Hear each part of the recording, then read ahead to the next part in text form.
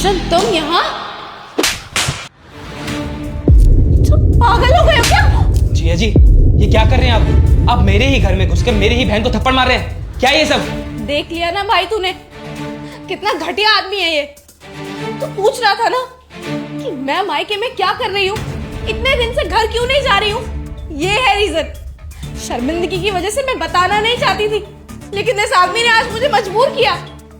मुझे सच्चाई तुझे बतानी ही पड़ेगी। अरे जब से शादी हुई है ना, तब से लेके आज तक मारता पीटता आ रहा है मुझे, छोटी छोटी गलतियों पे हाथ उठा देता है मुझ पर। तो आज तो इसने हद ही कर दी। मेरे मायके आके मेरे भाई और भाभी के सामने मुझे पीटा है।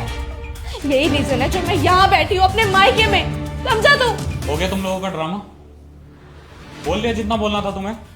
अरे एक बार तुम लोगों ने जानने की कोशिश की कि पूरे 1.5 महीने से तुम्हारी बहन तुम्हारे घर में बैठी हुई है, क्यों बैठी हुई है, क्यों मैं इसको लेने नहीं आ रहा? बस तुम लोगों ने मेरे ऊपर छोड़ दिया कि जब आना होगा तब आ जाऊंगा और ले जाऊंगा तुम्हारी बहन को। एक बार तुमने जानने की कोशिश भी की कि तुम्हारी बहन यहाँ पे क्या कर रही है पिछले 1.5 महीने से? एक बार तुम लोगों ने इससे पूछा भी? अरे क्या पूछता, मुझे पहले से ही पता था कि आप मेरी बहन के साथ ना अत्याचार करते हैं, तभी तो ये 1.5 महीने से मेरे घर पर रह रही है। हाँ बिल्कुल सही कह रही है। और अगर आप दीदी को मारते पीटते नहीं तो दीदी यहाँ क्यों रहती? वो तो ससुराल में ही रहती ना। वैसे भी ऐसे घर में कौन रहना चाहेगा जहाँ उसका पति हाथ उठाता हो, रिस्पेक्ट ही ना हो। पर एक बात समझ नहीं आ रही, आपने आखिर हाथ क्यों उठाया? ऐसा क्या कर दिया दीदी ने? और हाथ उठाया तो उठाया, कोई ना कोई तो रीज़न होगा ना इसके पीछे।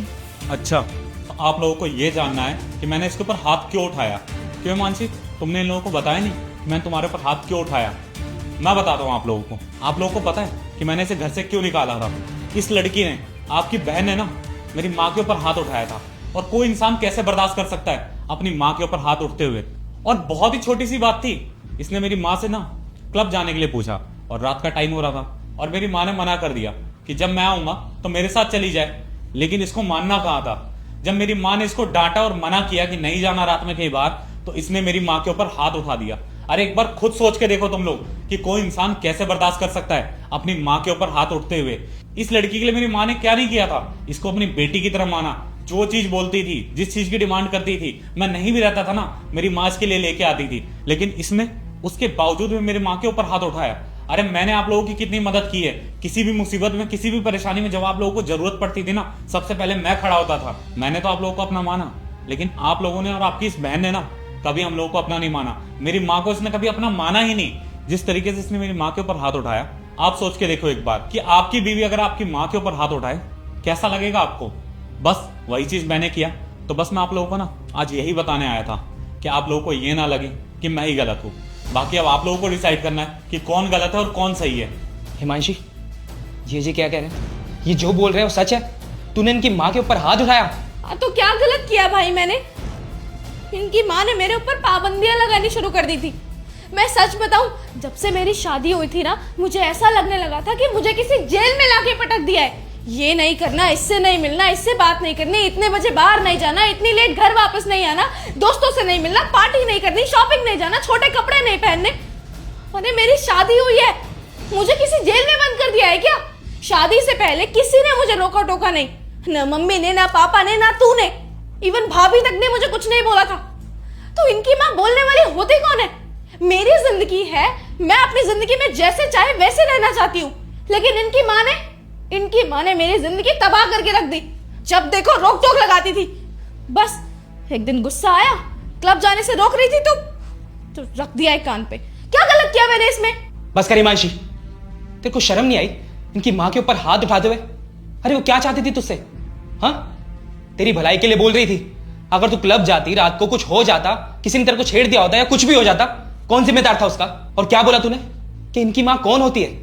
और जब एक लड़की की शादी हो जाती है ना, तो उसका ससुराल ही उसका घर हो जाता है और उसकी सास ही उसकी माँ होती है। और हर लड़की का ये फर्ज होता है कि जिस घर में वो बहू बनकर गई है ना, उस माँ की बात सुने। और तुझे भी वही करना था। क्या यही संस्कार दिए थे तुझे माँ बाप ने हमारे, कि तू अपने ससुराल में जाकर अपनी सास को थप्पड़ मारे? हाँ, अरे मुझे तो अब तक ये लग रहा था कि जिया जी गलत है, उन्हीं की गलती है। वो तुझे मारते हैं, पीटते हैं, तेरे पर अत्याचार करते हैं। लेकिन आज जब तूने अपने मुंह से उगल दिया ना सब कुछ, आज मुझे शर्म आ रही है तुझे अपनी बहन बोलते हुए। देख, आइंदा से ना ये हरकत कभी कर मत दियो। और तुझे ना इस घर में आने की कोई जरूरत नहीं है। जब कोई ओकेशन हो या फेस्टिवल हो, तभी इस घर में तुझे पनाह मिलेगी। अब चुपचाप खड़ी खड़ी यहाँ शक्ल मत देख मेरी। इनके घर जा और उनकी माँ के पैरों में पड़कर माफी मांग मुझसे, समझी? हाँ दीदी, आपके भैया बिल्कुल सही कह रहे हैं। अगर आप रात को जाती, अगर कुछ हो जाता तो कौन जिम्मेदारी लेता? और वो आपकी सास है, माँ जैसी है, उनका फर्ज बनता है कि आपको शिक्षा दे अगर आप कुछ गलत कर रही हैं तो। रात को उन्होंने इसलिए तो रोका होगा ना कि कहीं कुछ ना हो जाए। और वैसे भी अगर कुछ हो जाता तो जिम्मेदारी तो उनके सिर पे आती ना, उनके सिर पे मरा जाता ना कि उनकी बहू रात को गई और ये हो गया। मुझे नहीं लगता कि उन्होंने गलत किया, पर आपने बहुत गलत किया हम पे हाथ उठाकर। मैं आप लोगों को एक बात बताऊं, जितनी गलती हिमांशी की है ना, उतनी गलती आप लोगों की भी है। अगर आप लोगों ने पहले से इसके ऊपर रोक टोक किया होता, इसे समझाया होता सही गलत के बारे में ना, तो आज ये दिन देखना ही नहीं पड़ता। मैं ये नहीं कहता कि लड़कियों को बांध के रखो, घर में कैद रखो, लेकिन उन्हें पता होना चाहिए कि कौन उनके लिए सही सोच रहा है, कौन उनके लिए गलत सोच रहा है। अरे मेरी माँ तो हमेशा इसके लिए अच्छा ही सोचती थी कि इसके साथ कुछ गलत ना हो जाए, कुछ बुरा ना हो जाए। इसमें मेरी माँ ने क्या गलत कर दिया? बस इस बात के लिए इसने मेरी माँ के ऊपर हाथ उठा दिया। और आज इसको 1% रियलाइज भी नहीं हो रहा कि इसने गलत किया है, और ऊपर से घर में आके बैठी हुई है। आप लोगों ने भी जानने की कोशिश नहीं की।